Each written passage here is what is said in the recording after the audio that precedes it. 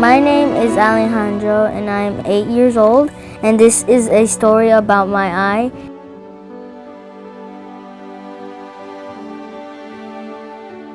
When I was 2 years old, my sister and I were having fun playing in the house.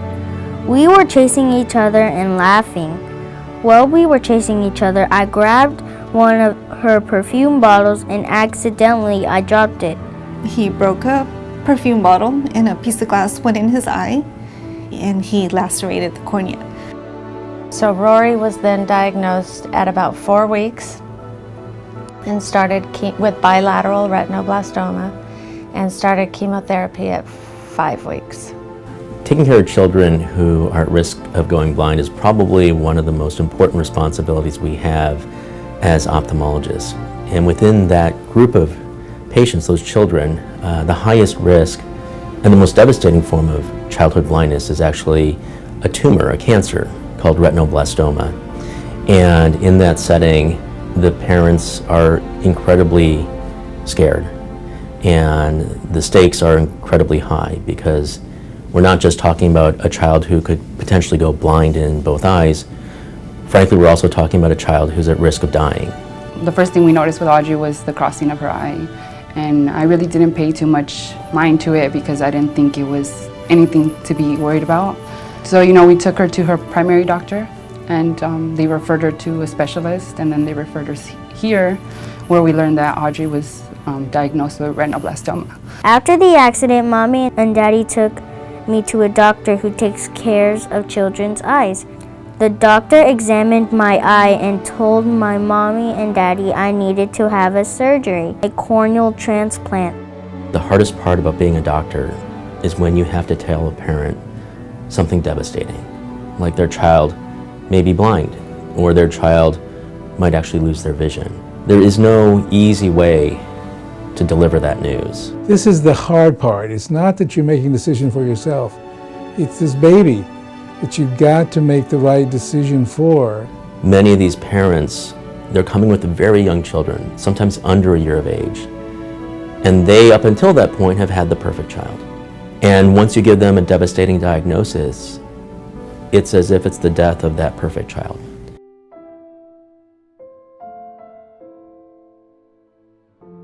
So when we get a call from the doctors regarding a family that they're referring to the Institute, we will then call that family, connect with that family, and we work together with the doctors in trying to figure out what is it at the moment that they think the family might need. We work with families from time of diagnosis, helping families navigate their medical experiences, the different doctor's appointments.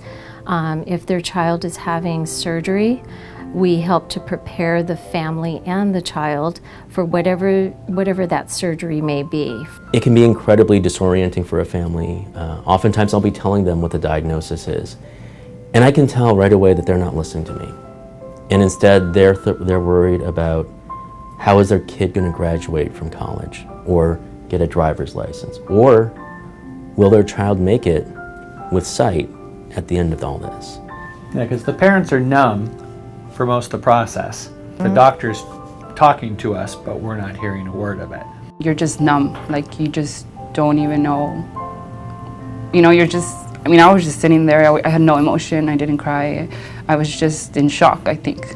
It does us very little good to medically take care of a child and then leave the parents off to fend for themselves.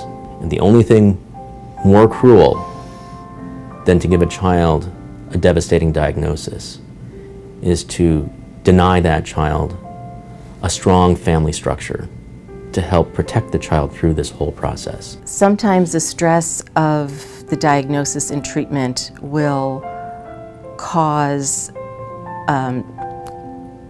relationship problems, and this is a time when the parents really need to remain partners and need to remain a team. We support the parents as much as the children, if not more. It's not a child with retinoblastoma, it's a family with retinoblastoma. It affects the siblings, it affects the uncles and aunts, it affects the grandparents, but the goals are still the same, to deal with the health of the family and not just the health of the child, because you can treat the child and make the child healthy, and the family is broken, and that doesn't help in the long run.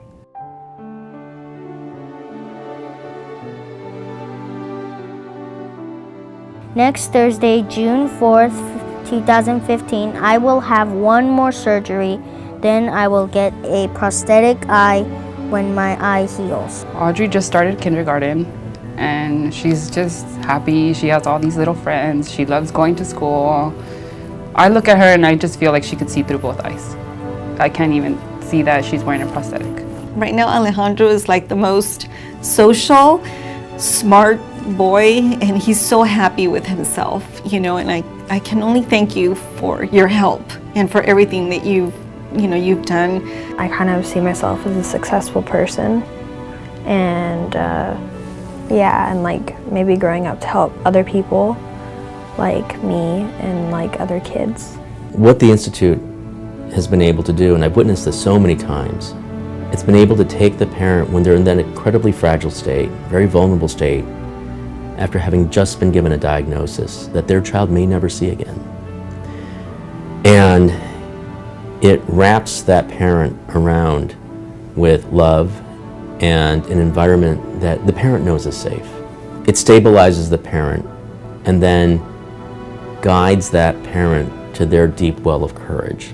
We are great partners, in the same mission. We want to enhance the care of the children who are diagnosed with retinoblastoma, and we provide the medical care, and the Institute provides emotional support, which is just as important. He kept telling me, I don't want a new eye, I don't want a new eye, and that was hard for me to try. How do I console my son when I'm not ready to console him?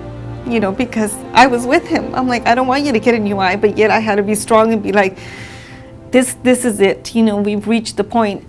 I reached out to you to help me, first help me, because I remember calling you and asking you, I need you to help me. I know it's good for him, but I need you to help me understand why he needs it. With talks with you, helping me, I was able then to bring him in, to be able to give him that security that it was gonna be okay. I mean, having someone to call who knew what you were talking about, who understood the disease, a translator for the doctor, but a hand holder too, So it was just a huge comfort. The Institute, it means like everything to me. If I didn't have it, I think I would just be,